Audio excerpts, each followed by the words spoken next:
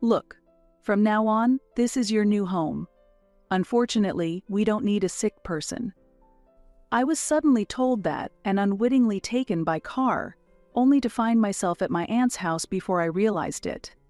"Your father declared that he wouldn't pay for your medical expenses in order to cover the costs of your sister's study abroad." Lost for words, I was in a daze, but my aunt warmly welcomed me. "Sonia, won't you become my child?" she proposed, and from that day I began a new life as the child of my aunt and uncle. And 10 years have passed. My name is Sonia. I have 2 sets of parents. I regard one set as the worst and deeply respect and cherish the other.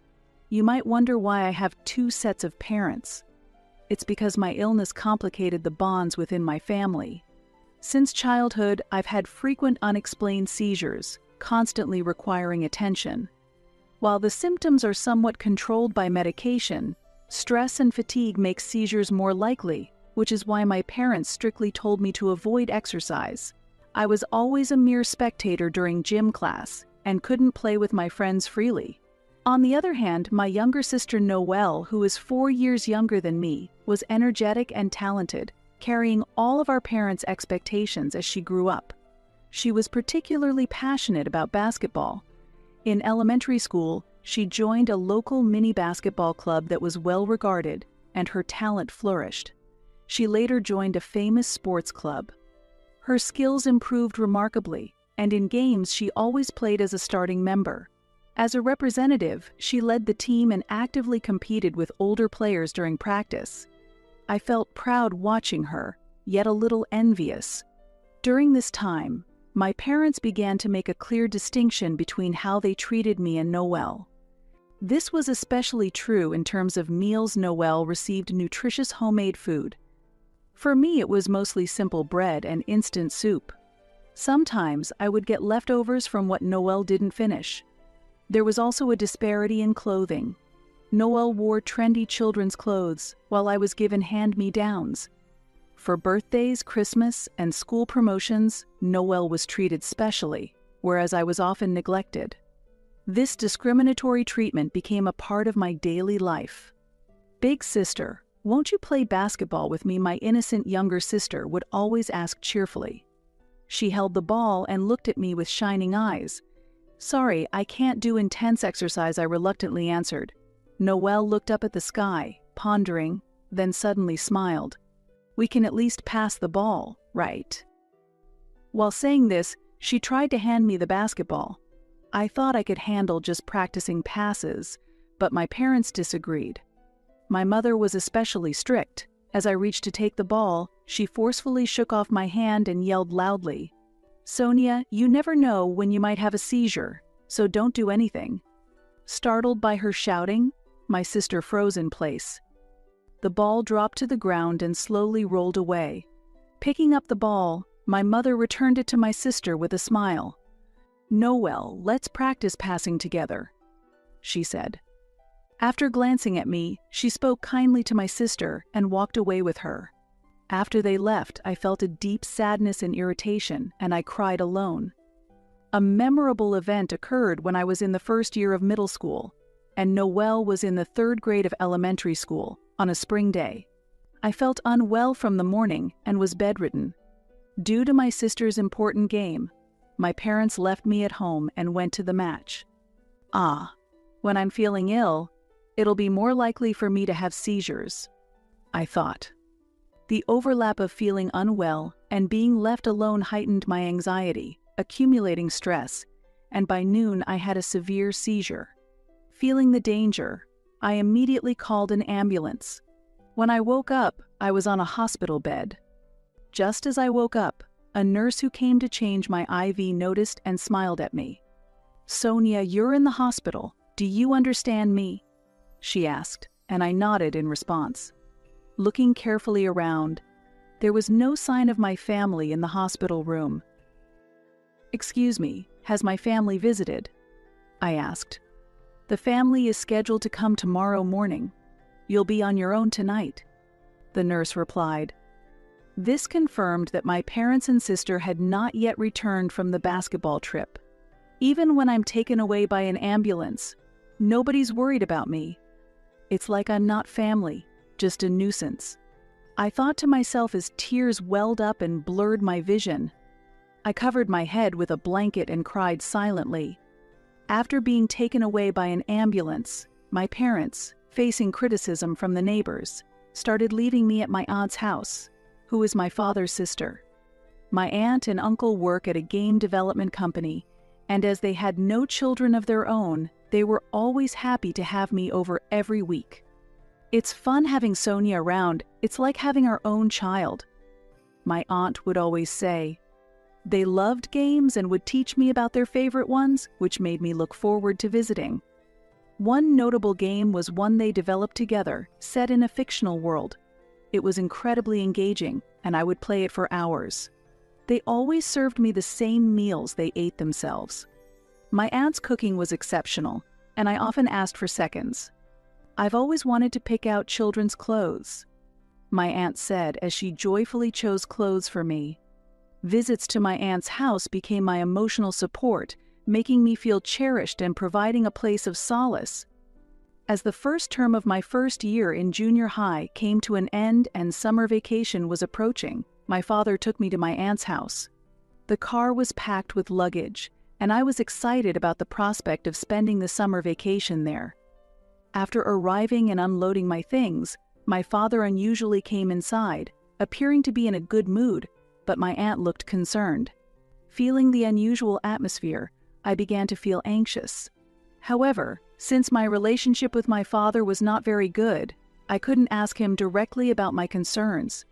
While I was trying to gauge the situation, my father spread his arms wide and cheerfully said, "Look, from now on, this is your new home. Unfortunately, we don't need a sick person." What? I was shocked, and my father's voice was jovial. Even though my aunt and other relatives were angry, it seemed my parents were not listening. Their minds were completely occupied with my sister's basketball scholarship abroad. To cover the costs of your sister's study abroad, we won't pay for your medical expenses. No matter how much my aunt and uncle tried to persuade them, their efforts did not reach my parents. If you stop the treatment for her illness, I will take Sonia in, my aunt declared resolutely. My parents readily accepted the proposal. That's how I learned that my parents had let go of me. Speechless and shocked, my aunt gently spoke to me. "Your father said you wanted to leave home too." That's why I agreed. But seeing your reaction now, it seems you weren't told anything. There's still time to fix this. You should have a proper talk with your parents and reach a conclusion. Is it still possible now? We might be able to talk, but repairing my relationship with my parents feels too late. I can't think of them as family anymore. I shook my head vigorously as I met my aunt's gaze. "If it's okay with you, Auntie, I want to stay here. Sonia, I promise I won't be a burden. I'll help out around the house actively. So please let me stay here." I stood up slowly and begged her. If I were driven out of this house, I would have nowhere else to go. "I want to live in your house, Auntie, please," I pleaded, my voice quivering. A sense of confusion hung between my aunt and uncle. I was anxious about how they would react, unable to stop my body from shaking. Then, my aunt gently stroked my head. "Sonia, won't you become our child?" I looked up to see my aunt and uncle smiling warmly at me. "Yes, please," I answered, tears of relief flowing. My aunt, tears in her eyes, hugged me tightly. My uncle, wiping away his tears, watched over us. From that day, I became the child of my aunt and uncle.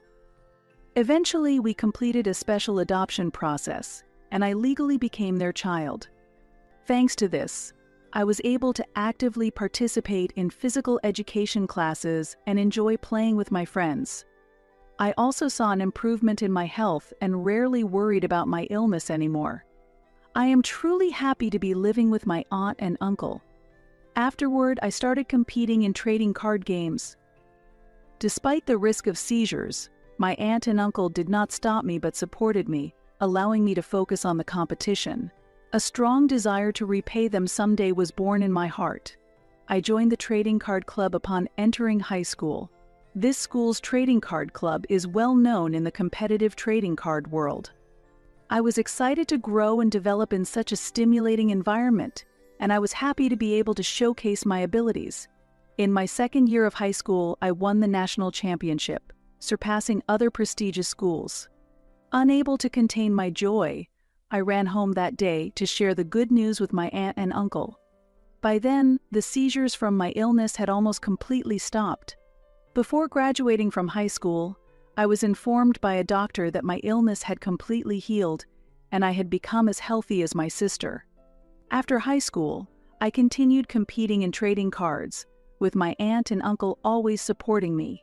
When I performed well, they celebrated my success as if it were their own. I started to achieve stable good results after turning 20. Now at 22, I am known as a top player and recognized as the queen of trading cards. It has been about 10 years since I was taken in by my aunt and uncle. I thought it might be time to give something back. Christmas is coming up, and I want to make my aunt and uncle happy, I thought. I made plans while feeling the cold winter air on my way home. Upon arriving, I noticed several unfamiliar shoes at the entrance. I'm home. Is someone here? I asked as I entered the house. In the living room, a high school girl was sitting on the sofa, and my aunt greeted me as I walked in. Welcome back. Who is this girl? I asked reflexively, but she seemed familiar. Wait, that face. Noelle, Sonia? I heard her voice. She had grown so much that I didn't recognize her immediately, but she still had the traces of her younger self. When I called her name, her face twisted as she began to cry. Sonia, you remembered me? I'm so glad, she said. Yes, what's going on? I was unsure how to react, but then my aunt started to explain. Noelle ran away from home. What? I exclaimed, looking at my sister in surprise. Noelle nodded, wiping away her tears. Ran away? What do you mean? Sonia, help me, Noelle said with a trembling voice. Then she began to tell me about what had happened at home. It seems that my father driving me out of the home was a huge shock for her. Noelle had pleaded with our parents, crying, I'll quit basketball, just let big sis come home. However, our father harshly scolded her. What are you saying? It was all for your basketball. You shouldn't do things half-heartedly. I won't accept you quitting. You are your mother's only child. You should work hard and become a respectable player. My mother said in a chilling voice, refusing to take Noelle's words seriously. My parents had thoroughly controlled Noelle's life, forcing her into a basketball-centric existence against her will, from childhood until she was a senior in high school. During a career counseling session, Noelle finally mustered the courage to declare her separation from basketball. Our parents were furious, and my father accused her with a terrifying voice. Hey, do you have any idea how much money we've spent? Your sister sacrificed for you, you're not allowed to stop until you turn pro. Feeling mentally cornered, Noelle escaped to my aunt's house to get away from the situation. I had no idea you were in such a situation, Noelle. I was at a loss for words. While I had been freely raised in my aunt and uncle's home, my sister had been sacrificed by our parents. Noelle, you've been through a lot. I didn't know anything. I'm sorry, I said. My sister quickly shook her head in surprise. No, you've been through so much for me. And still, I'm asking for help. I'm really sorry, Noelle said, looking down. Her small shoulders were trembling. Don't worry about it. I'm really happy you came here, I replied cheerfully. My aunt and uncle nodded in agreement. That's right, it was good to escape from them. Noelle, relax. Your big sister will protect you, I said, though deep down I felt fear and reluctance to get involved. I want to save Noelle, but how should I do it? I thought. and began to make plans. The day to execute the plan was Christmas, a cold day under a winter sky that threatened snow. Returning to my parents' home for the first time in 10 years, I gathered my courage and pressed the doorbell. The door was opened forcefully, and my parents greeted me with, "Welcome back." "Oh, we've been waiting for you," said my father. My parents greeted me with unnaturally bright smiles. They must have known about my return through my aunt. They should also understand that it was about my sister. "Welcome back? Waiting? What are you talking about after you threw me out?" I questioned their attitude, feeling puzzled. My mother, with a cloying voice, took my hand as she spoke. "Come on, it's cold. Let's go inside." "No, it's fine here. I'm busy and can't stay long," I replied shortly, and their faces clouded over for a moment before they quickly put on forced smiles again. Then, they began to speak loudly in an unnatural way. "The queen of the trading card world, huh? Your dad is proud of you. Me too, you've won lots of prize money. I've been bragging about it in the neighborhood, so come back soon," my mother said. Feeling irritated by their behavior, I calmly responded, "Huh? Why?" "Because a family should be together, right?" My father responded.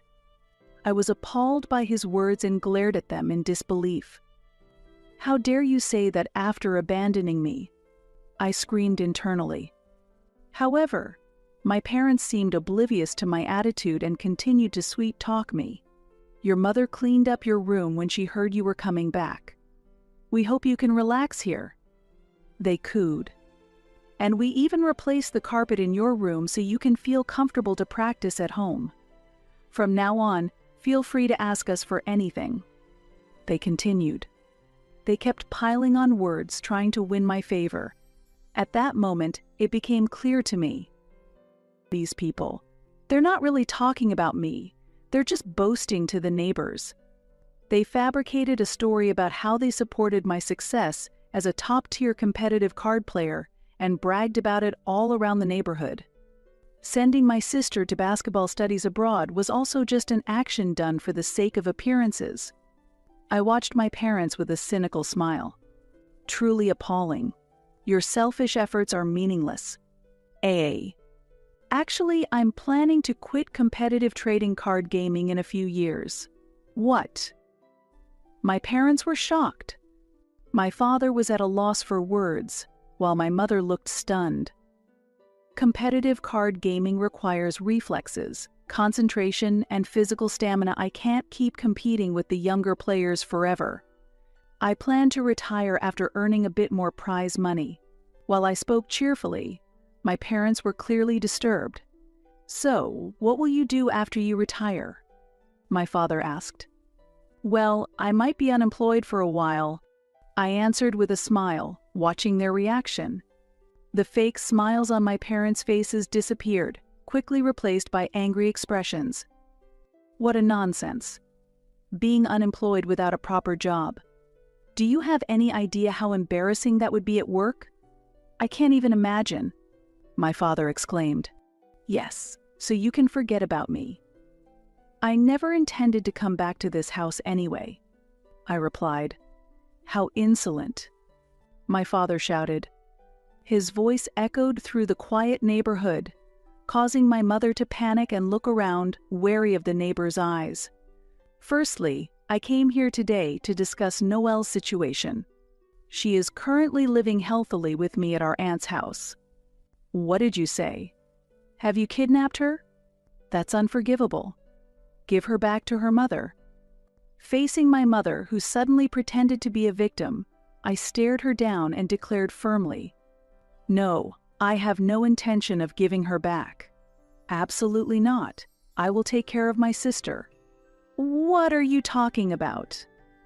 I will call the police. While they were agitated, I observed them calmly and responded clearly.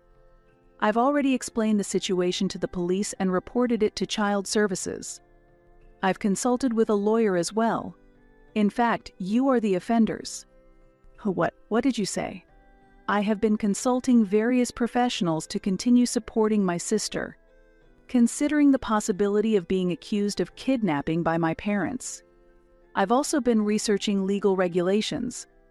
Since Noelle has reached adulthood at 18, she can legally decide her own residence and future, surpassing parental rights.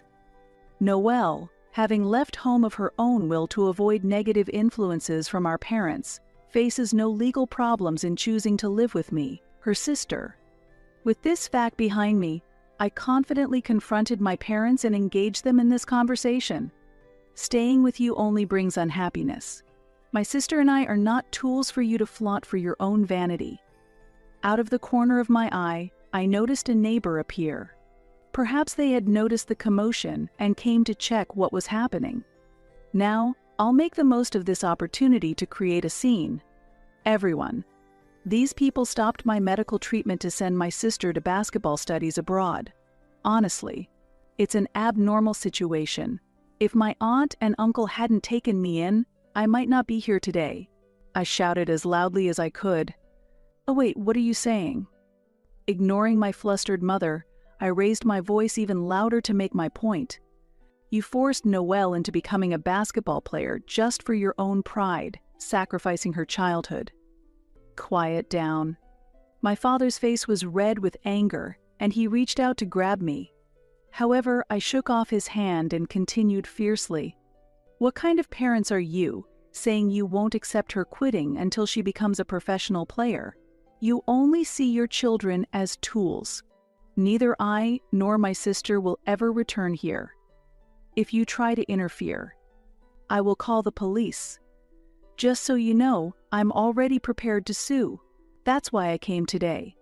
I fixed my parents with a stern gaze.